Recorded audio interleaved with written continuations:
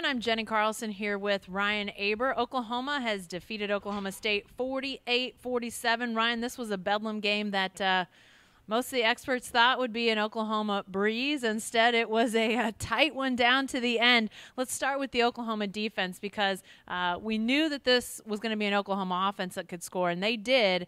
But Oklahoma State scoring 47, going for 2, and the win at the end. They moved the ball in this Oklahoma defense. Yeah, they did. At the end, there was no confidence that Oklahoma's defense was going to come up with a stop, and they didn't.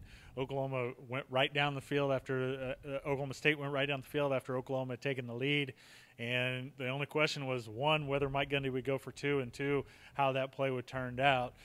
Sort of a crazy ending, and it sort of gets overlooked that it looked like this game was pretty much over. And a 4th down play, Taylor Cornelius throws in an incompletion, but there's a penalty on Oklahoma State. That's a good thing for the Cowboys because it gives them another shot, and they score on the next play and set up a 2-point conversion. And I was a little bit surprised that Oklahoma State only had 1 receiver there on the field there, so there was little doubt what was going to happen, and Trey Brown steps in front of it. The ball was underthrown, but Trey Brown closes ground quick and knocks it down. Second straight week that Oklahoma has had a really big play on a 2-point conversion. You know, even though Oklahoma State had some big offensive numbers, Tyron Johnson, 11 catches, Tyron Wallace, 220 receiving yards, Chuba Hubbard with a bit of a breakout game for him with Justice Hill being out. You still saw Oklahoma's defense. They come up with a turnover that they then go down and score.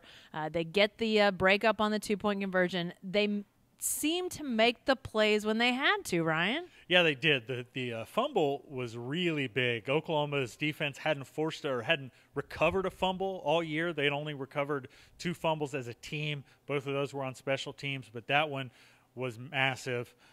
When it happened, Oklahoma goes down, scores, takes the lead, and puts the pressure on Oklahoma State. The Cowboys come up big, but in the end, Oklahoma makes just enough plays on that side of the ball to come out with a win. There's a lot that's concerning about this Oklahoma defense, especially when you think about 2 weeks in West Virginia and what lies beyond that.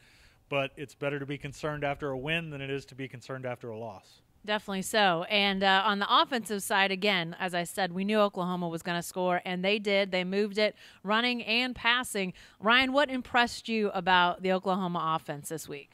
Well, yet again, I think it was the offensive line and the job that they did opening holes for the running backs, Trey Sermon and Kennedy Brooks. Oklahoma was really thin at running back. You know, they've already lost Rodney Anderson and Marcellus Sutton for the year. TJ Pledger, their number 3 running back, was out today. So they only had 2 guys, and Lincoln Riley said, I don't know what I'd do if one of those guys gets hurt. But Trey Sermon and Kennedy Brooks, both fantastic.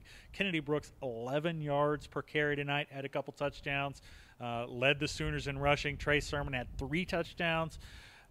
It's just incredible to me week after week we see Trey Sermon get stronger and stronger as the game goes on, and yet again that was the case.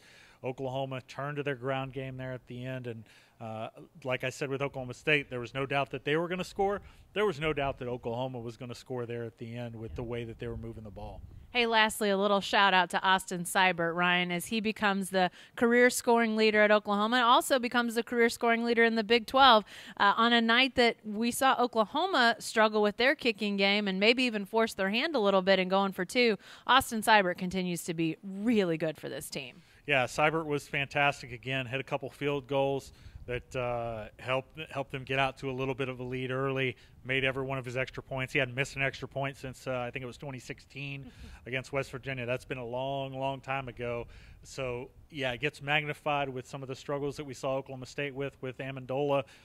Oklahoma just hasn't had to worry about that much. Yes, he missed that potential game winner against Army, but he's been fantastic overall. And not only their kickoffs, you can pretty much write down that the opponent's going to start on the 25 when they're kicking off from without a penalty, and then punts as well. He's been fantastic. So Seibert is a guy who gets overlooked, but one of the most valuable guys on this team.